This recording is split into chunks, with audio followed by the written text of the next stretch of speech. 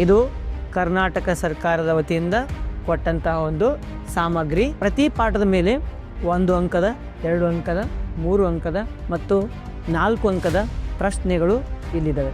ನಮ್ಮ ಟಾರ್ಗೆಟ್ ಇರೋದು 80 out of 80, 80ಕ್ಕೆ 80 annual ಎಕ್ಸಾಮ್ನಲ್ಲಿ ತಗೊಳ್ಳುವಂಥದ್ದು. Sir ಬರಿಬೋದು, ನಿಮಗೆ ಜ್ಞಾನ ಇದ್ದರೆ ಯಾವ ಥರ ಕೂಡ ಬರಿಬೋದು, ಆದರೆ ಕರೆಕ್ಟ್ ಮೀನಿಂಗ್ ಇರಬೇಕು.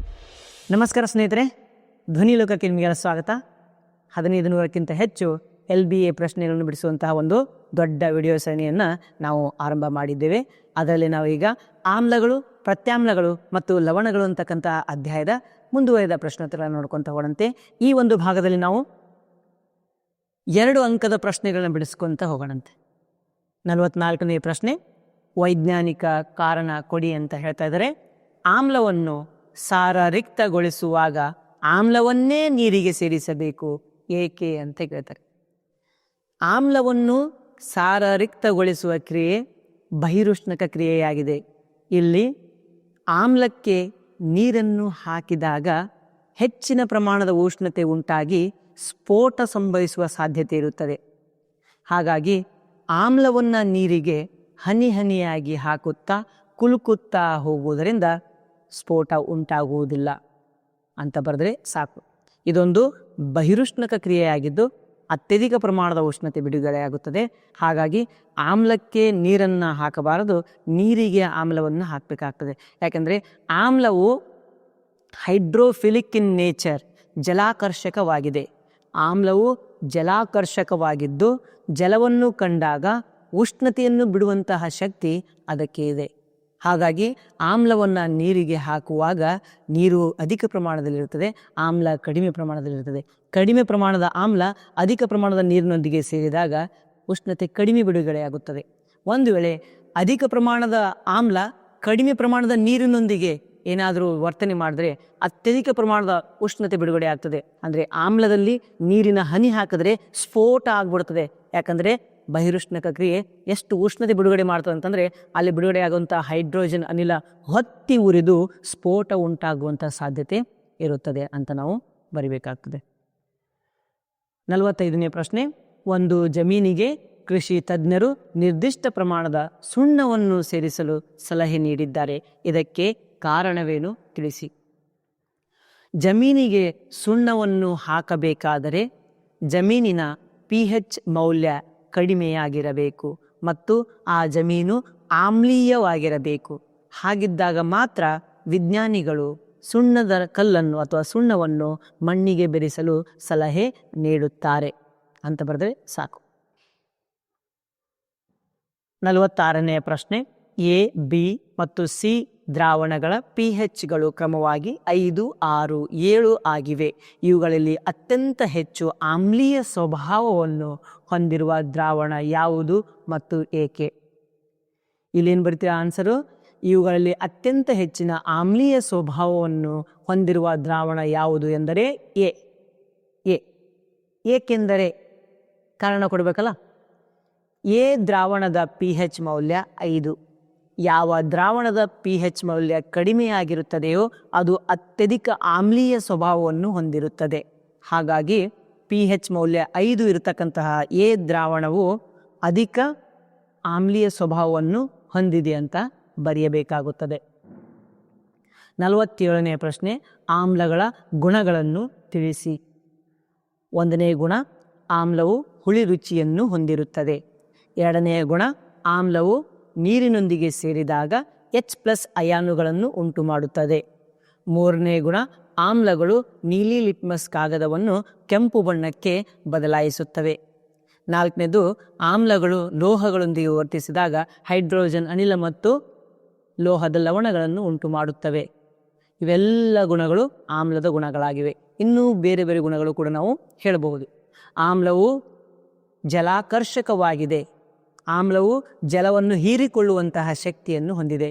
ಯಾವಾಗ ಒಂದು ಹನಿ ಆಮ್ಲ ನಮ್ಮ ಕೈಯ ಮೇಲೆ ಬಿದ್ದಾಗ ಅಲ್ಲಿರ್ತಕ್ಕಂತಹ ರಕ್ತದಲ್ಲಿನ ನೀರನ್ನು ಹೀರಿಕೊಂಡು ಆ ಜಾಗವನ್ನು ಸುಟ್ಟು ಬಿಡುತ್ತದೆ. ಹಾಗಾಗಿ ಆಮ್ಲವು ಜಲಾಕರ್ಷಕವಾಗಿದೆ ಎಂದು ನಾವು ಹೇಳಬಹುದು. 49ನೇ ಪ್ರಶ್ನೆ, ನಿಮಗೆ 3 ಪ್ರಣಾಳಗಳನ್ನು ನೀಡಲಾಗಿದೆ. ಒಂದರಲ್ಲಿ ಭಟ್ಟಿ ಇಳಿಸಿದ ನೀರು ಡಿಸ್ಟಿಲ್ಡ್ ವಾಟರ್ ಅಂತ ಹೇಳ್ತೀವಿ. ಬಟ್ಟಿ ಇಳಿಸಿದ ನೀರು ಅಂದರೆ ಡಿಸ್ಟಿಲ್ಡ್ ವಾಟರ್ ಅಂತಂದರೆ pH ಮೌಲ್ಯ 7 ಇರತಕ್ಕಂತಹ ನೀರು. ಅಂದರೆ ಅದು ಆಮ್ಲೀಯನೂ ಅಲ್ಲ, ಪ್ರತ್ಯಾಮ್ಲೀಯನೂ ಅಲ್ಲ, ತಟಸ್ಥ ನೀರು ಅಂತ ನಾವು ಹೇಳ್ಬೋದು. ಇನ್ನೆರಡು ಕ್ರಮವಾಗಿ ಆಮ್ಲೀಯ ಮತ್ತು ಪ್ರತ್ಯಾಮ್ಲೀಯ ದ್ರಾವಣಗಳಾಗಿದೆ. ನಿಮಗೆ ಕೆಂಪು ಲಿಟ್ಮಸ್ ಕಾಗದವನ್ನು ಮಾತ್ರ ನೀಡಿದರೆ ಪ್ರಣಾಳದಲ್ಲಿನ ಪ್ರತಿಯೊಂದು ದ್ರಾವಣದ ಸ್ವಭಾವವನ್ನು ಹೇಗೆ ಗುರುತಿಸುವಿರಿ ಅಂತ ಹೇಳ್ತಾರೆ. ನೋಡಿ, ಕೆಂಪು ಲಿಟ್ಮಸ್ ಕಾಗದ ಇದೆ. ಮೊದಲನೇ ಉತ್ತರ ಏನು ಬರಿತೀರಿ? ಮೊದಲನೇ ಪ್ರಣಾಳದಲ್ಲಿ ನಾವು ಒಂದು ದ್ರಾವಣ ತೆಗೆದುಕೊಂಡಿದ್ದೇವೆ. ಆ ದ್ರಾವಣ ಯಾವುದಿದೆ? ಈ ಡಿಸ್ಟಿಲ್ಡ್ ವಾಟರ್ ಅಥವಾ ಭಟ್ಟಿ ಇಳಿಸಿದ ನೀರು. ಎರಡನೇ ದ್ರಾವಣ ಎ ಭಟ್ಟಿ ಇಳಿಸಿದ ನೀರು. ದ್ರಾವಣ ಬಿ ಪ್ರತ್ಯಾಮ್ಲ. ದ್ರಾವಣ ಸಿ ಆಮ್ಲ, ಅಥವಾ ದ್ರಾವಣ ಬಿ ಆಮ್ಲ, ದ್ರಾವಣ ಸಿ ಪ್ರತ್ಯಾಮ್ಲ ಅಂತ ತಿಳ್ಕೊಳ್ರಿ. ಆಮ್ಲೀಯ ಮತ್ತು ಪ್ರತ್ಯಾಮ್ಲೀಯ ಅಂದರೆ ಪ್ರತ್ಯಾಮ್ಲ ಲಾಸ್ಟಿಗೆ ಕೊಟ್ಬಿಟ್ಟಿದ್ದಾರೆ. ನೀರು ಮೊದಲು, ಆಮ್ಲ 2, ಪ್ರತ್ಯಾಮ್ಲ 3. ಕೆಂಪು ಲಿಟ್ಮಸ್ ಕಾಗದವನ್ನು ಮೊದಲನೆಯ ಟೆಸ್ಟ್ ಟ್ಯೂಬ್ ಒಳಗಡೆ ಅಥವಾ ಮೊದಲನೆಯ ಏನಂತ ಪ್ರಣಾಳ, ಟೆಸ್ಟ್ ಟ್ಯೂಬ್ ಒಂದು ಪ್ರಣಾಳದೊಳಗಡೆ ಹಾಕಿದಾಗ ಅದು ತನ್ನ ಬಣ್ಣವನ್ನು ಬದಲಿಸುವುದಿಲ್ಲ. ಹಾಗಿದ್ದಾಗ ಅದು ನೀರು ಆಗಿರಬಹುದು ಅಥವಾ ಪ್ರತ್ಯಾಮ್ಲ ಆಗಿರಬಹುದು. ನೀರು ಅಥವಾ ಪ್ರತ್ಯಾಮ್ಲ ಆಗಿರುತ್ತದೆ. ನೀರು ಕೂಡ ಕೆಂಪು ಲಿಟ್ಮಸ್ ಕಾಗದದ ಬಣ್ಣವನ್ನು ಬದಲಿಸುವುದಿಲ್ಲ. ಪ್ರತ್ಯಾಮ್ಲವೂ ಕೂಡ ನೀಲಿ ಇದ್ದುದನ್ನು ಕೆಂಪು ಮಾಡೋದು ಆಮ್ಲ. ಪ್ರತ್ಯಾಮ್ಲ ಬಣ್ಣ ಬದಲಿಸ್ತದೆ, ಆಮ್ಲ ಬಣ್ಣ ಬದಲಿಸೋದಿಲ್ಲ. ಸರಿನಾ? ಆಮ್ಲ ಇದ್ದಾಗ ಬಣ್ಣ ಬದಲಾಗುವುದಿಲ್ಲ. ಹಾಗಿದ್ದಾಗ ಅದು ನೀರಾಗಿರ್ಬೋದು, ಇಲ್ಲ ಆಮ್ಲ ಆಗಿರ್ಬೋದು. ಪ್ರತ್ಯಾಮ್ಲ ಅಲ್ಲ, ಆಮ್ಲ ಆಗಿರ್ಬೋದು. ಇವು ನೀರು ಅಥವಾ ಆಮ್ಲ ಅಂತ ಒಂದು ಭಾಗದಲ್ಲಿ ಇಟ್ವಿ. ಈಗ ನಾನೇನು ಮಾಡ್ತೀನಿ, ಮೂರನೇ ದ್ರಾವಣ ತೆಗೆದುಕೊಳ್ತೀನಿ. ಇನ್ನೊಂದು ಬಾರಿ ನೀಟಾಗಿ ಎಕ್ಸ್ಪ್ಲೇನ್ ಮಾಡೋಣಂತೆ. ಒಂದು ಟೆಸ್ಟ್ ಟ್ಯೂಬ್ ತೆಗೆದುಕೊಂಡು ಎಕ್ಸ್ಪ್ಲೇನ್ ಮಾಡ್ತೀನಂತೆ. ಮೊದಲನೇ ಟೆಸ್ಟ್ ಟ್ಯೂಬು, ಇದರೊಳಗಡೆ ಏನಿದೆ? ಡಿಸ್ಟಿಲ್ಡ್ ವಾಟರ್ ಇದೆ, H2O. ಎರಡನೇ ಟೆಸ್ಟ್ ಟ್ಯೂಬ್, ಇದರೊಳಗಡೆ ಏನಿದೆ? ಆಮ್ಲ ಇದೆ, HCl ಅಂತ ತಿಳ್ಕೊಳ್ರಿ. ಮೂರನೇ ಟೆಸ್ಟ್ ಟ್ಯೂಬ್, ಇದರಲ್ಲಿ ಏನಿದೆ? ಒಂದು ಪ್ರತ್ಯಾಮ್ಲ ಇದೆ, NaOH ಅಂತ ನಾವು ಹೇಳ್ಬೋದು. ಈಗ ನೀರಿನಲ್ಲಿ ನಾವೇನಾದರೂ ಕೆಂಪು ಲಿಟ್ಮಸ್ ಕಾಗದವನ್ನು ಹಾಕಿದ್ವಿ ಅಂತ ತಿಳ್ಕೊಳ್ರಿ. ಇದು ಕೆಂಪು ಲಿಟ್ಮಸ್ ಕಾಗದ, ಬಣ್ಣ ಬದಲಿಸುವುದಿಲ್ಲ. ಇದೇ ಕೆಂಪು ಲಿಟ್ಮಸ್ ಕಾಗದವನ್ನು ನಾವು ಆಮ್ಲದಲ್ಲಿ ಹಾಕಿದ್ವಿ ಅಂತಂದರೆ, ಕೆಂಪು ಲಿಟ್ಮಸ್ ಕಾಗದ ಬಣ್ಣವನ್ನು ಬದಲಿಸುವುದಿಲ್ಲ. ಹಾಗಾಗಿ ಈ ಒಂದು ಆಮ್ಲ, ಒಂದು ನೀರಿದೆ, ಇದರಲ್ಲಿ ಯಾವುದು ನೀರು ಯಾವುದು ಆಮ್ಲ ಗೊತ್ತಿಲ್ಲ. ಇದು ಕೆಂಪು ಲಿಟ್ಮಸ್ ಕಾಗದವನ್ನು ನಾವು ಪ್ರತ್ಯಾಮ್ಲದಲ್ಲಿ ಇರಿಸಿದಾಗ ಕೆಂಪು ಬಣ್ಣ ಇದ್ದಿದ್ದೇನಾಗ್ತದೆ ರೀ? ಕೆಂಪು ಇದ್ದಿದ್ದು ನೀಲಿ ಆಗ್ತದೆ. ಕೆಂಪು ಇದ್ದಿದ್ದೇನಾಗ್ತದೆ? ನೀಲಿ ಬಣ್ಣ ಆಗ್ತದೆ. ಹಾಗಾಗಿ ನಾವು ಇದನ್ನು ಪ್ರತ್ಯಾಮ್ಲ ಅಂತ ಹೆಸರಿಸ್ಬೋದು, ಪ್ರತ್ಯಾಮ್ಲ ಅಂತ. ಈಗ ಏನು ಸಿಕ್ತು ನಮಗೆ? ನೀಲಿ ಲಿಟ್ಮಸ್ ಕಾಗದ ಸಿಕ್ತು. ಆ ನೀಲಿ ಲಿಟ್ಮಸ್ ಕಾಗದವನ್ನು ತೆಗೆದುಕೊಂಡು ಮೊದಲನೇ ಪ್ರಣಾಳದಲ್ಲಿ ಇರಿಸಿದಾಗ, ಕೆಂಪು ಇದ್ದಿದ್ದು ನೀಲಿ ಆಯ್ತು, ಈಗ ಅದನ್ನು ಮೊದಲನೇ ಪ್ರಣಾಳದಲ್ಲಿ ಇರಿಸಿದಾಗ ಅದು ಬಣ್ಣ ಬದಲಿಸುವುದಿಲ್ಲ. ಹಾಗಾಗಿ ಇದೇನಾಗ್ಬಿಡ್ತದೆ? ಡಿಸ್ಟಿಲ್ಡ್ ವಾಟರ್, ಬಟ್ಟಿ ಇಳಿಸಿದ ನೀರು. ಅದನ್ನು ತೆಗೆದುಕೊಂಡು ಹೋಗಿ ನಾವು ಆಮ್ಲದಲ್ಲಿ ಹಾಕಿದಾಗ ನೀಲಿ ಲಿಟ್ಮಸ್ ಇದ್ದಿದ್ದು ಏನಾಗ್ಬಿಡ್ತದೆ? ಕೆಂಪು ಬಣ್ಣಕ್ಕೆ ಬದಲಾಗ್ತದೆ. ಈ ರೀತಿಯಾಗಿ ನಾವು 3 ದ್ರಾವಣ ಯಾವ ಅಂತ ನಾವು ಕಂಡುಹಿಡಿಬೋದು. ಸರ್, ಇದು ಎಕ್ಸ್ಪ್ಲನೇಷನ್ ನಾವು ತಿಳಿಸಿದ್ರಿ. ಬರೆಯೋದು ಹೆಂಗೆ ಬರಿಬೇಕು? ಪ್ರಣಾಳ ಎ, ಬಿ ಮತ್ತು ಸಿಗಳನ್ನು ತೆಗೆದುಕೊಳ್ಳೋಣ. ಎ ಪ್ರಣಾಳದಲ್ಲಿ ಬಟ್ಟಿ ಇಳಿಸಿದ ನೀರು, ಬಿ ಪ್ರಣಾಳದಲ್ಲಿ ಆಮ್ಲ, ಸಿ ಪ್ರಣಾಳದಲ್ಲಿ ಪ್ರತ್ಯಾಮ್ಲವನ್ನು ತೆಗೆದುಕೊಳ್ಳೋಣ. ಕೆಂಪು ಲಿಟ್ಮಸ್ ಕಾಗದವನ್ನು ಎ ಪ್ರಣಾಳದಲ್ಲಿ ಇಳಿಸಿದಾಗ ಬಣ್ಣ ಬದಲಾಗುವುದಿಲ್ಲ. ಬಿ ಪ್ರಣಾಳದಲ್ಲಿ ಇರಿಸಿದಾಗೂ ಕೂಡ ಬಣ್ಣ ಬದಲಾಗುವುದಿಲ್ಲ, ಏಕೆಂದರೆ ಅದು ಆಮ್ಲ. ಹಾಗಾಗಿ ಇವೆರಡೂ ಪ್ರಣಾಳಗಳನ್ನು ಒಂದೆಡೆಗೆ ಇಡೋಣ.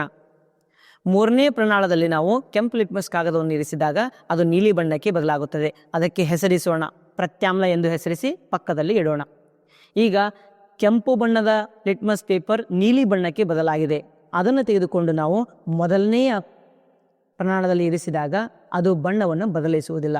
ಬಣ್ಣ ಬದಲಿಸಲಿಲ್ಲ ಅಂತಂದರೆ ಅದು ನೀರಾಗಿರುತ್ತದೆ.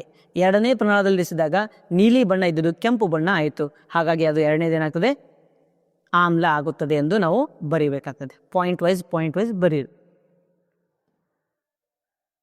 50ನೇಯ ಪ್ರಶ್ನೆ, HCl ಮತ್ತು HNO3 ಇತ್ಯಾದಿಗಳು ಜಲೀಯ ದ್ರಾವಣದಲ್ಲಿ ಆಮ್ಲೀಯ ಗುಣವನ್ನು ಪ್ರದರ್ಶಿಸುತ್ತವೆ. ಆದರೆ ಆಲ್ಕೋಹಾಲ್ ಮತ್ತು ಗ್ಲೂಕೋಸ್ನಂತಹ ಸಂಯುಕ್ತಗಳು ಆಮ್ಲೀಯ ಗುಣಗಳನ್ನು ಪ್ರದರ್ಶಿಸುವುದಿಲ್ಲ ಏಕೆ ಅಂತ ಹೇಳ್ತಾರೆ. ಇಲ್ಲಿ HCl ಮತ್ತು HNO3ಗಳೇನಿದಾವಲ್ಲ, ನೀರಿನೊಂದಿಗೆ ವರ್ತಿಸಿದಾಗ H+ ಅಯಾನುಗಳನ್ನು ಹೆಚ್ಚಿನ ಪ್ರಮಾಣದಲ್ಲಿ ಬಿಡುಗಡೆ ಮಾಡುತ್ತವೆ. ಹಾಗಾಗಿ ಆ ನೀರಿನಲ್ಲಿ ಆಮ್ಲೀಯತೆಯನ್ನು ಉಂಟು ಮಾಡುತ್ತವೆ, ಆಮ್ಲೀಯ ಸ್ವಭಾವ ನಮಗೆ ಕಂಡುಬರುತ್ತದೆ.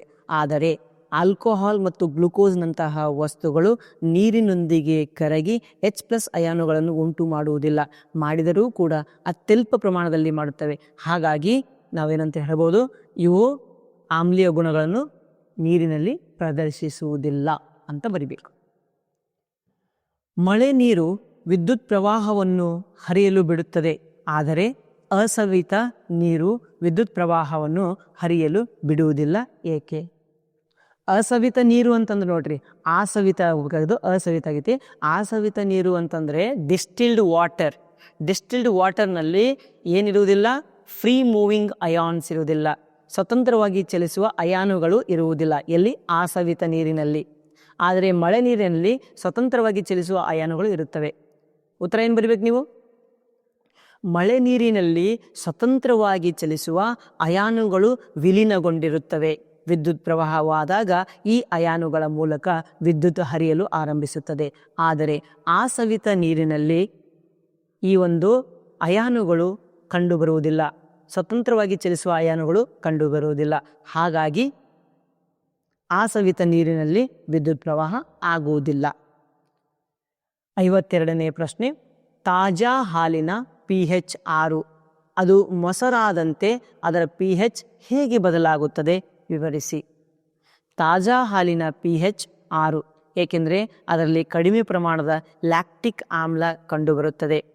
ಹಾಲು ಮೊಸರಾಗುವಾಗ ಲ್ಯಾಕ್ಟೋಬ್ಯಾಸಿಲಸ್ ಬ್ಯಾಕ್ಟೀರಿಯಾವು ಲ್ಯಾಕ್ಟಿಕ್ ಆಮ್ಲದ ಪ್ರಮಾಣವನ್ನು ಹೆಚ್ಚಿಸುತ್ತಾ ಹೋಗುತ್ತದೆ. ಆವಾಗ pHನ ಮೌಲ್ಯ ಕಡಿಮೆಯಾಗುತ್ತಾ ಹೋಗುತ್ತದೆ ಮತ್ತು ಹಾಲು ಮೊಸರಾದಾಗ ಅದಕ್ಕೆ ಆಮ್ಲೀಯತೆ ಅಧಿಕ ಪ್ರಮಾಣದಲ್ಲಿ ಕಂಡುಬರುತ್ತದೆ ಅಂತ ನಾವು ಬರಿಬೇಕು. ಒಬ್ಬ ಹಾಲು ಮಾರುವವನು ತಾಜಾ ಹಾಲಿಗೆ ಅತ್ಯಲ್ಪ ಪ್ರಮಾಣದ ಅಡುಗೆ ಸೋಡಾವನ್ನು ಸೇರಿಸುತ್ತಾನೆ. ತಾಜಾ ಹಾಲಿಗೆ ಸೋಡಾ ಸೇರಿಸ್ತಾ ಇದ್ದಾನೆ. ಓಕೆ, ಅವನು ತಾಜಾ ಹಾಲಿನ pH ಅನ್ನು 6ರಿಂದ ಸ್ವಲ್ಪ ಕ್ಷಾರೀಯದ ಕಡೆಗೆ ಏಕೆ ಬದಲಾಯಿಸುತ್ತಾನೆ? ಒಂದನೇದು. ಎರಡನೇದು, ಈ ಹಾಲು ಮೊಸರಾಗಲು ಹೆಚ್ಚು ಸಮಯವನ್ನು ತೆಗೆದುಕೊಳ್ಳಲು ಕಾರಣವೇನು ಅಥವಾ ತೆಗೆದುಕೊಳ್ಳುವುದು ಏಕೆ ಅಂತ ಹೇಳ್ತಾ ಇದ್ದಾರೆ. ಮೊದಲನೇದಾಗಿ ಇಲ್ಲಿ ಸೋಡಾ ಹಾಕ್ತಾ ಇದ್ದಾರೆ. ಏನು ಹಾಕ್ತಾ ಇದ್ದಾರೆ? ಅಡುಗೆ ಸೋಡಾ. ಅಡುಗೆ ಸೋಡಾ ಅಂತಂದರೆ ಒಂದು ಪ್ರತ್ಯಾಮ್ಲ. ಪ್ರತ್ಯಾಮ್ಲದ ಕೆಲಸ ಏನು? ಆಮ್ಲವನ್ನು ತಟಸ್ಥಗೊಳಿಸುವುದು. ಆಮ್ಲವನ್ನು ತಟಸ್ಥಗೊಳಿಸಿದಾಗ ಅದು ಆಮ್ಲೀಯತೆ ಕಡಿಮೆ ಆಗುತ್ತಾ ಹೋಗುತ್ತದೆ. ಅರ್ಥ ಆಯ್ತಾ? ಇದನ್ನು ನಾವು ತಿಳ್ಕೊಳ್ಬೇಕಾಗ್ತದೆ. ಉತ್ತರ ನೋಡೋಣಂತೆ. ಅವನು ತಾಜಾ ಹಾಲಿನ pH ಅನ್ನು 6ರಿಂದ ಸ್ವಲ್ಪ ಕ್ಷಾರೀಯದ ಕಡೆಗೆ ಏಕೆ ಬದಲಾಯಿಸುತ್ತಾನೆ ಅಂತ ಹೇಳ್ತೀವಿ. ತಾಜಾ ಹಾಲಿನ pH 6 ಅಥವಾ 6ಕ್ಕೆ ಸಮೀಪ ಇರುತ್ತದೆ. ಯಾವಾಗ ಅಡುಗೆ ಸೋಡಾವನ್ನು ಸೇರಿಸುತ್ತೇವೋ ಅದರ pH ಮೌಲ್ಯ ಹೆಚ್ಚಾಗುತ್ತಾ ಹೋಗುತ್ತದೆ. pH ಮೌಲ್ಯ ಹೆಚ್ಚಾದಂತೆ ಅದು pH 7ರ ಕಡೆಗೆ ಸಾಗುತ್ತದೆ, ಅಂದರೆ ತಟಸ್ಥವಾಗುತ್ತದೆ. ಆಮ್ಲೀಯವೂ ಆಗುವುದಿಲ್ಲ, ಪ್ರತ್ಯಾಮ್ಲೀಯವೂ ಆಗುವುದಿಲ್ಲ. ಆ ವಿಚಾರವಾಗಿ ತಾಜಾ ಹಾಲಿಗೆ ಅಡುಗೆ ಸೋಡಾವನ್ನು ನಾವು ಸೇರಿಸುತ್ತೇವೆ. ಇದರಿಂದ ತಾಜಾ ಹಾಲು ಬಹಳ ಹೊತ್ತಿನವರೆಗೂ ತನವನ್ನು ಕಳೆದುಕೊಳ್ಳುವುದಿಲ್ಲ ಅಥವಾ ತನ್ನತನವನ್ನು ಕಳೆದುಕೊಳ್ಳುವುದಿಲ್ಲ ಅಥವಾ ಮೊಸರಾಗಲು ಸಮಯ ಜಾಸ್ತಿ ತೆಗೆದುಕೊಳ್ಳುತ್ತದೆ. ಯಾಕೆ ಈ ಹಾಲು ಮೊಸರಾಗಲು ಸಮಯ ಹೆಚ್ಚಿಗೆ ಆಗ್ತಾ ಹೋಗ್ತದೆ? ಯಾಕಂತಂದರೆ ಇದರಲ್ಲಿರ್ತಕ್ಕಂತಹ ಲ್ಯಾಕ್ಟೋಬ್ಯಾಸಿಲಸ್ ಆಮ್ಲ, ಲ್ಯಾಕ್ಟಿಕ್ ಆಮ್ಲ ಏನಿರ್ತದಿಲ್ಲ ಅದು ಪ್ರತ್ಯಾಮ್ಲದೊಂದಿಗೆ ವರ್ತಿಸಿ ತಟಸ್ಥಗೊಂಡಿರುತ್ತದೆ. ಸಂಪೂರ್ಣವಾಗಿ ತಟಸ್ಥಗೊಂಡಿರತಕ್ಕಂತಹ ಲ್ಯಾಕ್ಟಿಕ್ ಆಮ್ಲವು ಮತ್ತೊಮ್ಮೆ ಉತ್ಪತ್ತಿಯಾಗಲು ಅಧಿಕ ಸಮಯ ಬೇಕಾಗುತ್ತದೆ. ಅರ್ಥ ಆಯ್ತಾ? pH 6 ಇತ್ತು, ಅದನ್ನು ನಾವು ಸೋಡಾ ಹಾಕಿ pH 7 ತನಕ ತಗೊಂಡು ಬಂದ್ವಿ. ಅದರಲ್ಲಿ ಲ್ಯಾಕ್ಟಿಕ್ ಆಮ್ಲ ಇತ್ತು, ಅದು ಕೂಡ ತಟಸ್ಥೀಕರಣ ಕ್ರಿಯೆಗೆ ಒಳಗಾಯಿತು. ಆಮ್ಲ ಕಡಿಮೆ ಪ್ರಮಾಣದಲ್ಲಿ, ಅದು ಅಧಿಕ ಪ್ರಮಾಣದಲ್ಲಿ ಆಗಬೇಕು ಅಂತಂದರೆ ಹೆಚ್ಚಿನ ಸಮಯ ಬೇಕಾಗುತ್ತದೆ. 54ನೆಯ ಪ್ರಶ್ನೆ, ಸೋಡಿಯಂ ಕ್ಲೋರೈಡ್ನಿಂದ ಸೋಡಿಯಂ ಹೈಡ್ರಾಕ್ಸೈಡ್ ಮತ್ತು ಅಡುಗೆ ಸೋಡಾ ತಯಾರಿಸುವ ಸಮೀಕರಣಗಳನ್ನು ಬರೆಯಿರಿ. ಏನೇನು ಕೊಟ್ಟಿದ್ದಾರೆ ಅವರು? ಸೋಡಿಯಂ ಕ್ಲೋರೈಡಿಂದ ಸೋಡಿಯಂ ಹೈಡ್ರಾಕ್ಸೈಡ್ ಮಾಡ್ಬೇಕಂತ ನಾವು. ಸೋಡಿಯಂ ಕ್ಲೋರೈಡಿಂದ ಸೋಡಿಯಂ ಹೈಡ್ರಾಕ್ಸೈಡ್ ಮಾಡೋದು ಸಿಂಪಲ್ ವಿಧಾನ. ಅದಕ್ಕೆ ಕ್ಲೋರ್ ಅಲ್ಕಲಿ ಕ್ರಿಯೆ ಅಂತ ಕರಿತೀವಿ. ಕ್ಲೋರ್ ಅಲ್ಕಲಿ ಕ್ರಿಯೆ ಒಳಗಡೆ ಏನಾಗ್ತದೆ? ಸೋಡಿಯಂ ಕ್ಲೋರೈಡ್ ಮತ್ತು ನೀರಿನ ಒಂದು ದ್ರಾವಣ ಅಂತ ತೆಗೆದುಕೊಳ್ತೀವಿ. ಸೋಡಿಯಂ ಕ್ಲೋರೈಡ್ ಮತ್ತು ನೀರಿನ ದ್ರಾವಣ. ಓಕೆ, ಸೋಡಿಯಂ ಕ್ಲೋರೈಡ್ ಮತ್ತು ನೀರಿನ ದ್ರಾವಣವನ್ನು ತೆಗೆದುಕೊಳ್ಳೋಣಂತೆ. ಇದರಲ್ಲೇನಿದೆ? ನೀರು ಮತ್ತು ಉಪ್ಪು ಇದೆ. ಇದಕ್ಕೆ ನಾವು ಬ್ರೈನ್ ಸೊಲ್ಯೂಷನ್ ಅಂತ ಕರಿತೀವಿ. ಬ್ರೈನ್ ದ್ರಾವಣ ಅಂತ ಕರಿತೀವಿ. ಬ್ರೈನ್ ದ್ರಾವಣ ಇದು ಉಪ್ಪಿನ ದ್ರಾವಣ. ಇದರಲ್ಲಿ ನಾವು ವಿದ್ಯುತ್ ಪ್ರವಾಹ ಹಾಕಿದ್ವಿ. ವಿದ್ಯುತ್ ಪ್ರವಾಹವನ್ನು ಮಾಡಿದ್ವಿ ಅಂತ ತಿಳ್ಕೊಂಡ್ಬಿಡ್ರಿ. ಅವಾಗ ಏನಾಗ್ಬಿಡ್ತದೆ? NaCl ಪ್ಲಸ್ H2O ಬಾಣದ ಗುರುತು NaOH plus H2 plus Cl2 ಅಂತ ಬರ್ತದೆ. ಸೋಡಿಯಂ 1 ಸೋಡಿಯಂ 1, ಕ್ಲೋರಿನ್ 2 ಇದೆ, 2 ಕ್ಲೋರಿನ್ ಅಂದರೆ 2 NaOH ಅಂತ ಹಾಕೋಣಂತೆ. 2 ಸೋಡಿಯಂ ಅದು, 2 ಕ್ಲೋರಿನ್ ಅದು. ಹೈಡ್ರೋಜನ್ ಎಷ್ಟು? ಇಲ್ಲಿ 2 ಹೈಡ್ರೋಜನ್, ಇಲ್ಲಿ 2 ಹಾಕಿದಾಗ ಅಲ್ಲಿ 2 ಹೈಡ್ರೋಜನ್ ಆ ಕಡೆ ಹೋದು, ಇಲ್ಲಿ 2 ಹೈಡ್ರೋಜನ್ ಇತ್ತು. ಆಕ್ಸಿಜನ್ ಇನ್ನೂ 2 ಇದ್ದಾವೆ, ಆಕ್ಸಿಜನ್ ಇಲ್ಲಿ 2 ಇದ್ದಾವೆ. ಕರೆಕ್ಟ್ ಇದೆ, ಕರೆಕ್ಟ್. ಇಲ್ಲಿ ಹೈಡ್ರೋಜನ್ ಅನಿಲವೂ ಬಿಡುಗಡೆ ಆಗ್ತದೆ, ಕ್ಲೋರಿನ್ ಅನಿಲ ಬಿಡುಗಡೆ ಆಗ್ತದೆ. ಹಾಗಾಗಿ ಇದಕ್ಕೆ ಕ್ಲೋರ್ ಅಲ್ಕಲಿ ಕ್ರಿಯೆ ಅಂತ ಕರಿತೀವಿ. ಇಲ್ಲಿ ಉತ್ಪತ್ತಿಯಾಗುವಂತಹ ಬೈ ಪ್ರಾಡಕ್ಟ್ ಏನಿದೆ? ಸೋಡಿಯಂ ಹೈಡ್ರಾಕ್ಸೈಡ್ NaOH ಅಂತ ನಾವು ಹೇಳ್ತೀವಿ. ಇದನ್ನು ಯಾವ ಥರ ಬರಿಬೇಕು? ಉತ್ತರ ಯಾವ ಥರ ಬರಿಬೇಕು ತಿಳ್ಕೊಂಡ್ವಿ. ಉತ್ತರ ಯಾವ ಥರ ಬರಿಬೇಕು? ಸೋಡಿಯಂ ಕ್ಲೋರೈಡ್ನಿಂದ ಸೋಡಿಯಂ ಹೈಡ್ರಾಕ್ಸೈಡ್ ಹೇಗೆ ಉಂಟಾಗುತ್ತದೆ? ಸೋಡಿಯಂ ಕ್ಲೋರೈಡ್ ಅನ್ನು ನೀರಿಗೆ ಸೇರಿಸಿದಾಗ ಅದು ಬ್ರೈನ್ ದ್ರಾವಣವಾಗುತ್ತದೆ. ಈ ಬ್ರೈನ್ ದ್ರಾವಣದಲ್ಲಿ ವಿದ್ಯುತ್ ಪ್ರವಾಹವನ್ನು ಹಾಯಿಸಿದಾಗ ಸೋಡಿಯಂ ಹೈಡ್ರಾಕ್ಸೈಡ್ ಉಂಟಾಗುತ್ತದೆ. ಅದರ ಜೊತೆಗೆ ಕ್ಲೋರಿನ್ ಮತ್ತು ಹೈಡ್ರೋಜನ್ ಅನಿಲಗಳು ಕೂಡ ಉತ್ಪತ್ತಿಯಾಗುತ್ತವೆ ಅಂತ ನಾವು ಬರಿಬೇಕು. ಈ ಕ್ರಿಯೆಯನ್ನು ಕ್ಲೋರ್ ಅಲ್ಕಲಿ ಕ್ರಿಯೆ ಎಂದು ಕರೀತೀವಿ. ಅದನ್ನು ಬರೆದ್ರೂ ಕೂಡ ನಡೀತದೆ. ಅದರ ಕೆಳಗಡೆ ನಾ ಈಕ್ವೇಷನ್ ಬರೆದಲಾಗಲೇ ಆ ಈಕ್ವೇಷನ್ ಬರೆದ್ರೆ ಸಾಕು. ಮುಂದೊಂದು ಕೇಳ್ತಾ ಇದ್ದಾರೆ ಏನಂತ? ಮತ್ತು ಅಡುಗೆ ಸೋಡಾ ಏನಿದೆ? NaHCO3. ಅಡುಗೆ ಸೋಡಾ ಏನ್ರಿ? NaHCO3, sodium hydrogen carbonate. ಅದನ್ನು ನಾವು ಉತ್ಪತ್ತಿ ಮಾಡಬೇಕು, NaHCO3. ಓಕೆ, ಅಡುಗೆ ಸೋಡಾವನ್ನು ನಾವು ಬೇಕಿಂಗ್ ಸೋಡಾ ಅಂತ ಕರಿತೀವಿ.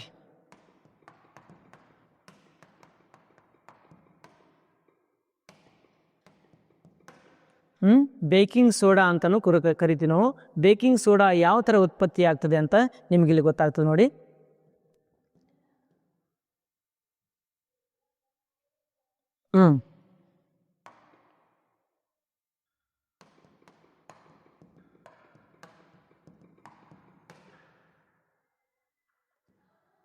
ಬೇಕಿಂಗ್ ಸೋಡಾಕ್ಕೆ ಅದಕ್ಕೆ ನಾವು ಸಾಲ್ವೆ ಪ್ರೋಸೆಸ್ ಅಂತ ಕರಿತೀವಿ. ಏನಂತ ಕರಿತೀವಿ? ಸಾಲ್ವೆ ಪ್ರಾಸೆಸ್ ಅಂತ ಕರಿತೀವಿ. ಇಲ್ಲೇನಾಗ್ತದೆ?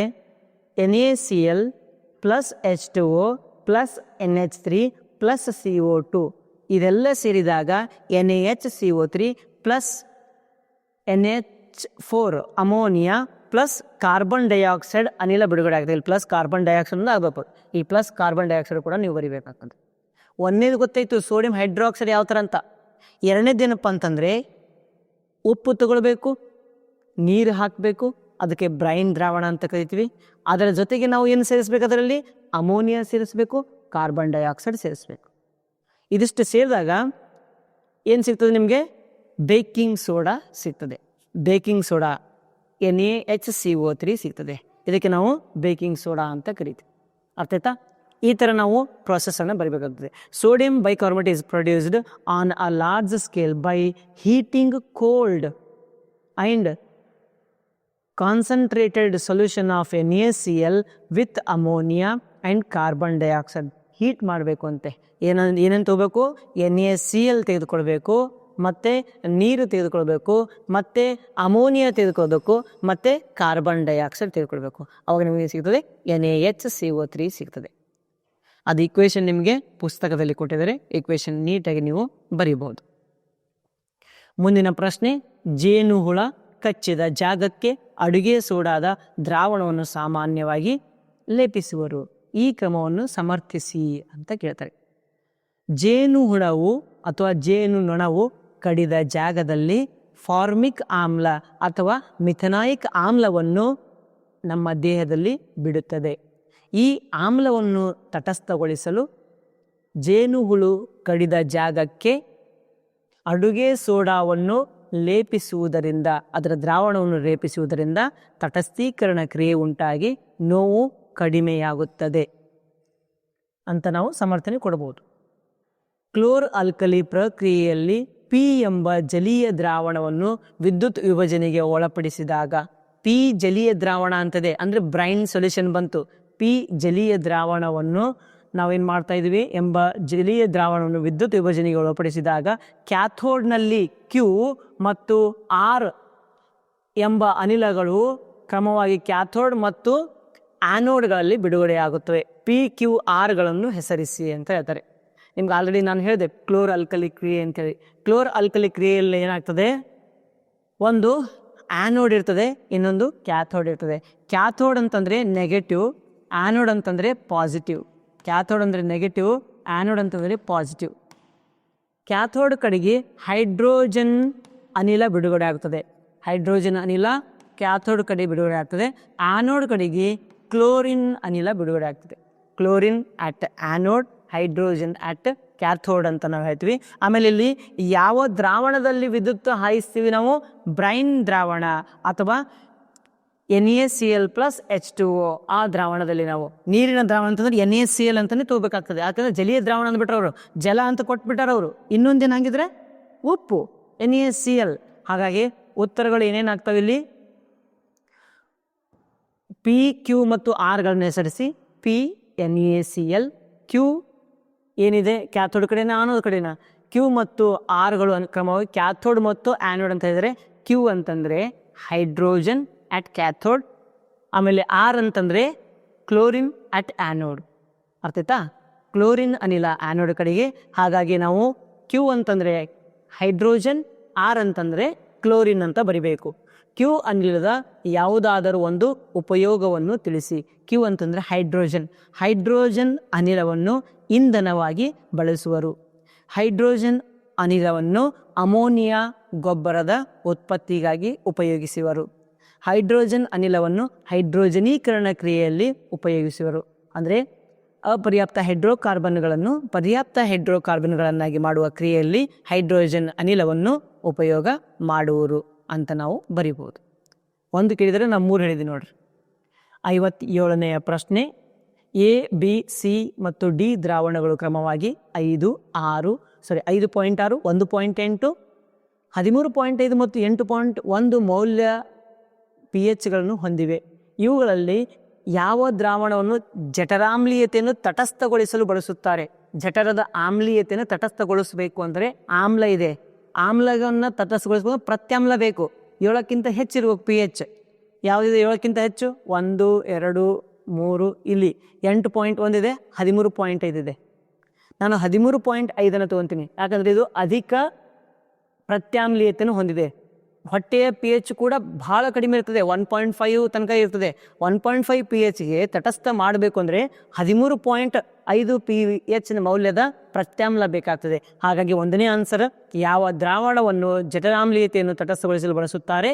ಇಲ್ಲಿ ಯಾವುದಪ್ಪ ದ್ರಾವಣ? ಅದು ಸಿ ದ್ರಾವಣವನ್ನು ಏನಂತ ಬಳಸ್ತಾರೆ? ಜಠರದ ಆಮ್ಲೀಯತೆಯನ್ನು ತಟಸ್ಥಗೊಳಿಸಲು ಬಳಸುತ್ತಾರೆ. ಯಾಕೆಂದರೆ ಅದು ಅಧಿಕ ಪ್ರತ್ಯಾಮ್ಲೀಯತೆಯನ್ನು ಹೊಂದಿದೆ. ಬಿ ಮತ್ತು ಡಿ ದ್ರಾವಣಗಳು ಸಮಗಾತ್ರದಲ್ಲಿ ಮಿಶ್ರಣಗೊಂಡಾಗ ಉಂಟಾಗುವ ಬಿ ಮತ್ತು ಡಿ, ಬಿ ಎಷ್ಟಿದೆ? 1.8. ಡಿ ಎಷ್ಟಿದೆ? 8.1 ಇದೆ. 1.8 ಇದೆ, ಇನ್ನೊಂದು 8.1 ಇದೆ. 1.8 ಅಂದರೆ ಅದು ಪ್ರಬಲ ಆಮ್ಲ, 8.1 ಅಂದರೆ ದುರ್ಬಲ ಪ್ರತ್ಯಾಮ್ಲ. ಪ್ರಬಲ ಆಮ್ಲ, ದುರ್ಬಲ ಪ್ರತ್ಯಾಮ್ಲ ಅಂದಾಗ ನಮಗೇನು ಸಿಗ್ತದೆ? ಆಮ್ಲೀಯ ಲವಣ ಸಿಗ್ತದೆ. ಆಮ್ಲೀಯ ಲವಣ, ಯಾಕಂದರೆ ಪ್ರಬಲ ಏನಿರ್ತದೆ ಆ ಲವಣ ಸಿಗ್ತದೆ. ಪ್ರಬಲ ಏನಿದೆ ಅಲ್ಲಿ? ಆಮ್ಲ ಪ್ರಬಲ ಇದೆ, ಆಮ್ಲೀಯ ಲವಣ ಸಿಗ್ತದೆ. ಮಿಶ್ರಣಗೊಂಡಾಗ ಉಂಟಾಗುವ ದ್ರಾವಣದಲ್ಲಿ H+ ಮತ್ತು OH- ಅಯಾನುಗಳ ಸಾರತೆಯಲ್ಲಾಗುವ ಬದಲಾವಣೆಗಳನ್ನು ಊಹಿಸಿ. ಸಾರತೆಗಳಲ್ಲಾಗುವ ಬದಲಾವಣೆಗಳನ್ನು ಊಹಿಸಿ ಅಂತ. H+ ಅಯಾನುಗಳ ಸಾರತೆ ಏನಾಗ್ತದೆ? ತಟಸ್ಥವಾಗಂಗಿಲ್ಲ. H+ ಅಯಾನುಗಳ ಸಾರತೆ ಇನ್ನೂ ಉಳಿದಿರ್ತದೆ. ಅಂದರೆ ಮೊದಲನೆಯ ಬಾರಿಗೆ ಇದನ್ನು ಈ ಥರ ಬರಿಬೋದು. ಏನಂತ ಬರಿಬೋದು? ಬಿ ಮತ್ತು ಡಿ ದ್ರಾವಣಗಳು ಸಮಗಾತ್ರದಲ್ಲಿ ಮಿಶ್ರಣಗೊಂಡಾಗ H+ ಅಯಾನುಗಳ ಸಾರತೆ ಕಡಿಮೆಯಾಗುತ್ತದೆ. OH- ಅಯಾನುಗಳ ಸಾರತೆ ಸಂಪೂರ್ಣವಾಗಿ ಇಲ್ಲದಂತಾಗುತ್ತದೆ ಅಂತ ನಾವು ಬರಿಬೋದು. ಯಾಕಂದರೆ OH- ಎಷ್ಟಿರ್ತಾವಲ್ಲ ಅವೆಲ್ಲವೂ ಕೂಡ ಮಿಶ್ರಣವಾಗ್ತವೆ. ಬಟ್ H+ ಅಯಾನುಗಳು ಜಾಸ್ತಿ ಇರ್ತವೆ. ಎಲ್ಲಿ ಜಾಸ್ತಿ ಇರ್ತವೆ H+ ಅಯಾನುಗಳು? ಎಕ್ಸಾಂಪಲ್ ಏನಿದೆ ಇಲ್ಲಿ 1.8 ಅಂತಿದೆ. 1.8 pH ಅಂದರೆ H+ ಅಯಾನು ಬಹಳ ಜಾಸ್ತಿ. 8.1 pH ಅಂತಂದಾಗ OH- ಅಯಾನುಗಳು ಜಾಸ್ತಿ ಇದ್ದಾವೆ, ಇಷ್ಟೇ ಇದ್ದಾವೆ. ಇಲ್ಲಿ ಎಕ್ಸಾಂಪಲ್ 100 ಅದಂತ ತಿಳ್ಕೊಂಬಿಡ್ರಿ, ಇಲ್ಲಿ 1000 ಇದಾವೆ ಅಂತ ತಿಳ್ಕೊಂಬಿಡ್ರಿ. ಎರಡನ್ನೂ ನಾನು ಸೇರಿಸ್ತೇನೆ. ಸೇರಿಸಿದಾಗ ಏನಾಗ್ತದೆ, 100 ಇದ್ದಿದ್ದು ಇದರಲ್ಲಿ 1000ರಲ್ಲಿ 100 ತೊಗೊತೀನಿ, 100ಕ್ಕೆ 100 ಪೂರ ತೊಗೊಂಡ್ಬಿಡ್ತೀನಿ. 100 H+ 100 OH- ಸೇರ್ಕೊಂಡಾಗ ಏನಾಗ್ಬಿಡ್ತವೆ H2O ಆಯಿತು. ಏನಾಯಿತು? H2O ತಟಸ್ಥ ಆಗ್ಬಿಟ್ಟು. ಆದರೆ ಆಮ್ಲದಲ್ಲಿ ಇನ್ನೂ H+ ಅಯಾನುಗಳು ಎಷ್ಟು ಉಳಿತವೆ? 100 ಹೋದವು, 100ಕ್ಕೆ 100 ಖಲಾಸ್, 100ಕ್ಕೆ 100 ಹೊಡೆದಾಕ್ಬಿಟ್ಟು ಉಳಿದು ಎಷ್ಟು ಉಳಿತು? 900 H+ ಅಯಾನುಗಳು ಉಳಿದವು. ಅಂದರೆ H+ ಅಯಾನಿನ ಸಾರತೆ ಸ್ವಲ್ಪ ಕಡಿಮೆ ಆಗುತ್ತದೆ, ಆದರೆ OH- ಅಯಾನುಗಳ ಸಾರತೆ ಇಲ್ಲದಂತಾಗುತ್ತದೆ ಅಂತ ನಾವು ಬರಿಬಹುದು. ಮುಂದಕ್ಕೆ ಹೋದಂತೆ ಮತ್ತೆ ಇಲ್ಲಿ ಉತ್ಪತ್ತಿಯಾಗುವಂತಹ ಲವಣವು ಆಮ್ಲೀಯ ಲವಣವಾಗಿರುತ್ತದೆ ಅಂತ ಬರಿಬೇಕು. ಸಾರತೆಯ ಉದಾಹರಣೆ 58ನೇ ಪ್ರಶ್ನೆ. ಸುಣ್ಣದ ತಿಳಿ ನೀರಿಗೆ ಕಾರ್ಬನ್ ಡೈಆಕ್ಸೈಡ್ ಅನಿಲವನ್ನು ಹಾಯಿಸಿದಾಗ ಮೊದಲು ಬಿಳಿ ಪ್ರಕ್ಷೇಪವೊಂದು ಉಂಟಾಗುವುದು. ಹೌದು, ಗೊತ್ತಿದೆ. ಕಾರ್ಬನ್ ಡೈಆಕ್ಸೈಡ್ ಹಾಯಿಸುವುದನ್ನು ಮುಂದುವರಿಸಿದರೆ ಪ್ರಕ್ಷೇಪವು ಕಾಣಿಸದಂತಾಗುವುದು. ಈ ಪರಿಣಾಮಕ್ಕೆ ಕಾರಣವೇನು? ಈ ಕ್ರಿಯೆಯ ಅಂತಿಮ ಉತ್ಪನ್ನವನ್ನು ಹೆಸರಿಸಿ ಅಂತ ಹೇಳ್ತಾರೆ. ಇದನ್ನು ನಾನು ನಿಮಗೆ ಒಂದು ಪ್ರಯೋಗದ ಮೂಲಕ ಅಥವಾ ಒಂದು ರಿಯಾಕ್ಷನ್ ಮೂಲಕ ಹೇಳ್ತೀನಿ ನೋಡ್ರಿ. CaOH ಟ್ವೈಸ್ ಅಂತ ಹೇಳ್ತೀವಿ, ಕ್ಯಾಲ್ಸಿಯಂ ಹೈಡ್ರಾಕ್ಸೈಡ್, ಸುಣ್ಣದ ತಿಳಿ ನೀರು, ಇದರ ಮೇಲೆ ಕಾರ್ಬನ್ ಡೈಆಕ್ಸೈಡ್ ಅನಿಲವನ್ನು ಹಾಯಿಸಿದಾಗ CaCO3 ಅಂತ ಆಗ್ತದೆ. ಏನು ಸಿಗ್ತದೆ? CaCO3, ಕ್ಯಾಲ್ಸಿಯಂ ಕಾರ್ಬೋನೇಟ್ ಅಂತ ಸಿಗ್ತದೆ. ಕ್ಯಾಲ್ಸಿಯಂ ಕಾರ್ಬೋನೇಟ್ ಸಿಕ್ತು ಪ್ಲಸ್ H2O ಸಿಕ್ತು. ಇದು ಬಿಳಿಯ ಪ್ರಕ್ಷೇಪ. ಏನಿದು? ಬಿಳಿಯ ಪ್ರಕ್ಷೇಪ ಉಂಟಾಯಿತು. ಈಗ ಇದ್ರ ಜೊತೆಗೆ ಇದು ಆಯ್ತಲ್ಲ, ಇದನ್ನು ತೊಗೊಂಡು ಬರ್ತೀನಿ ನಾನೀಗ. ಏನು ತೊಗೊಂಬಂದೆ? CaCO3 ಪ್ಲಸ್ H2O ಮತ್ತೆ CO2 ಹಾಕ್ರಿ. ಹಾಕ್ಕೊಂತ ಹೋರಿ ಅವಾಗೇನು ಸಿಗ್ತದೆ? Calcium hydrogen carbonate CaHCO3, calcium bicarbonate CaHCO3 ಆಯ್ತಾ? CaHCO3 ಸಿಕ್ತು. ಆಮೇಲೆ ಏನು ಸಿಗ್ತದೆ ನಿಮಗೆ? ಪ್ಲಸ್ H2O ಸಿಗ್ತದೆ. ಪ್ಲಸ್ ಏನು ಸಿಗ್ತದೆ? H2O ಸಿಗ್ತದೆ. ಇದನ್ನು ಬೇಕಾದ್ರೆ ನೀವು ಬ್ಯಾಲೆನ್ಸ್ ಆಮೇಲೆ ಮಾಡ್ಕೊಳ್ಳಿ. ಇದು ಬಿಳಿಯ ಪ್ರಕ್ಷೇಪ. ಯಾಕೆ? ಇದು ಜಲ ವಿಲೀನಗೊಳ್ಳುವುದಿಲ್ಲ, ಜಲ ವಿಲೀನಗೊಳ್ಳದ ಅಂತ ನಾವು ಬರಿಬೋದು. ಇದೇನು ಬರಿಬೇಕು? ಜಲ ವಿಲೀನಗೊಳ್ಳುವ. ಇದು ಗೊಳ್ತೈತೆ. ಹಾಗಾಗಿ ಇಲ್ಲಿ ಬಿಳಿಯ ಪ್ರಕ್ಷೇಪ ಉಂಟಾಗ್ತದೆ. ಈ ಬಿಳಿಯ ಪ್ರಕ್ಷೇಪ ಏನಾಗ್ತದೆ? ಮಾಯವಾಗುತ್ತದೆ. ಬಿಳಿಯ ಪ್ರಕ್ಷೇಪ ಯಾಕೆ ಮಾಯ ಆಯಿತು? ಇಲ್ಲಿ CaHCO3 ಸಿಕ್ತು, ಅದು ನೀರಿನಲ್ಲಿ ಕರಗುತ್ತದೆ, ಹಾಗಾಗಿ ಮಾಯಗೊಳ್ತದೆ. ಇದು ನಿಮಗೆ ಎಕ್ಸ್ಪ್ಲನೇಷನ್ ಈ ಥರ ಕೊಟ್ಟೆ. ಬರೆಯೋದು ಹೆಂಗೆ ಬರಿಬೇಕು? ಬರೆಯೋದು ಯಾವ ಥರ ಬರಿಬೇಕು ಅಂತಂದಾಗ ಏನಂತ ಬರಿತೀರಿ? ಸುಣ್ಣದ ತಿಳಿ ನೀರಿಗೆ ಕಾರ್ಬನ್ ಡೈಆಕ್ಸೈಡ್ ಅನಿಲವನ್ನು ಹಾಯಿಸಿದಾಗ ಅದು ಕ್ಯಾಲ್ಸಿಯಂ ಕಾರ್ಬೋನೇಟನ್ನು ಉತ್ಪತ್ತಿ ಮಾಡುತ್ತದೆ. ಕ್ಯಾಲ್ಸಿಯಂ ಕಾರ್ಬೋನೇಟ್ ನೀರಿನಲ್ಲಿ ವಿಲೀನಗೊಳ್ಳುವುದಿಲ್ಲ, ಬಿಳಿಯ ಪ್ರಕ್ಷೇಪವನ್ನು ಉಂಟು ಮಾಡುತ್ತದೆ. First point. Second point, carbon ಡೈಆಕ್ಸೈಡನ್ನು ಹಾಯಿಸುತ್ತಾ ಮುಂದುವರಿಸಿದರೆ ಆಗ ಕ್ಯಾಲ್ಸಿಯಂ ಕಾರ್ಬೋನೇಟ್ ಮತ್ತು ನೀರಿನೊಂದಿಗೆ ಹೆಚ್ಚಿನ ಪ್ರಮಾಣದ ಕಾರ್ಬನ್ ಡೈಆಕ್ಸೈಡ್ ವರ್ತಿಸಿದಾಗ ಕ್ಯಾಲ್ಸಿಯಂ ಹೈಡ್ರೋಜನ್ ಕಾರ್ಬೋನೇಟ್ ಉತ್ಪತ್ತಿಯಾಗುತ್ತದೆ. ಇದು ನೀರಿನಲ್ಲಿ ಕರಗುತ್ತದೆ. ಈ ಸಂದರ್ಭದಲ್ಲಿ ಬಿಳಿಯ ಪ್ರಕ್ಷೇಪ ಮಾಯವಾಗುತ್ತದೆ ಅಂತ ಬರಿಬೇಕು. ಇಲ್ಲಿ ಉಂಟಾಗುವ ಕೊನೆಯ ಉತ್ಪನ್ನ ಯಾವುದು? Calcium hydrogen carbonate CaHCO3, calcium bicarbonate ಅಂತಲೂ ಹೇಳ್ತೀವಿ. 59ನೇ ಪ್ರಶ್ನೆ. ಆಮ್ಲವೊಂದನ್ನು ಆಸವಿತ ನೀರಿನೊಂದಿಗೆ ಸಾರರಿಕ್ತಗೊಳಿಸಿದಾಗ ಆ ದ್ರಾವಣದ H+ ಅಯಾನುಗಳ ಸಾರತೆಯ ಮೇಲೆ ಆಗುವ ಪರಿಣಾಮವೇನು? ಈ ದ್ರಾವಣದ pH ಮೌಲ್ಯದಲ್ಲಿ ಏನಾದರೂ ಬದಲಾವಣೆಯಾಗುತ್ತವೆ? ಸ್ಪಷ್ಟಪಡಿಸಿ ಅಂತ ಹೇಳ್ತಾರೆ. Simple question.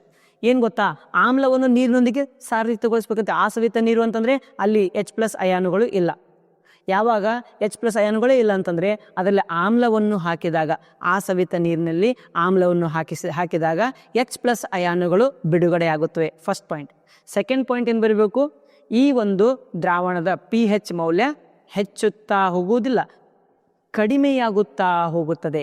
ಏಕೆಂದರೆ ಆಸವಿತ ನೀರಿನ pH 7, ಯಾವಾಗ ಆಮ್ಲವನ್ನು ಹಾಕುತ್ತೇವೆಯೋ ಅದು pH ಮೌಲ್ಯ 7ಕ್ಕಿಂತ ಕಡಿಮೆಯಾಗುತ್ತಾ ಬರುತ್ತದೆ ಅಂತ ನಾವು ಹೇಳಬೇಕಾಗ್ತದೆ. ಸರಿ, ಇವೆಲ್ಲ 2 ಅಂಕದ ಪ್ರಶ್ನೆಗಳಾದವು. ಮುಂದಿನ ಭಾಗದಲ್ಲಿ ನಾವು 3 ಅಂಕದ ಮತ್ತು 4 ಅಂಕದ ಪ್ರಶ್ನೋತ್ತರ ನೋಡುವಂತೆ. ಈ ಭಾಗದ ವಿಡಿಯೋ ನಿಮಗೆ ಚೆನ್ನಾಗಿ ಅನಿಸಿದರೆ ಲೈಕ್, ಶೇರ್, ಸಬ್ಸ್ಕ್ರೈಬ್ ಮಾಡೋದನ್ನು ಮರಿಬೇಡಿ. ಧನ್ಯವಾದಗಳು.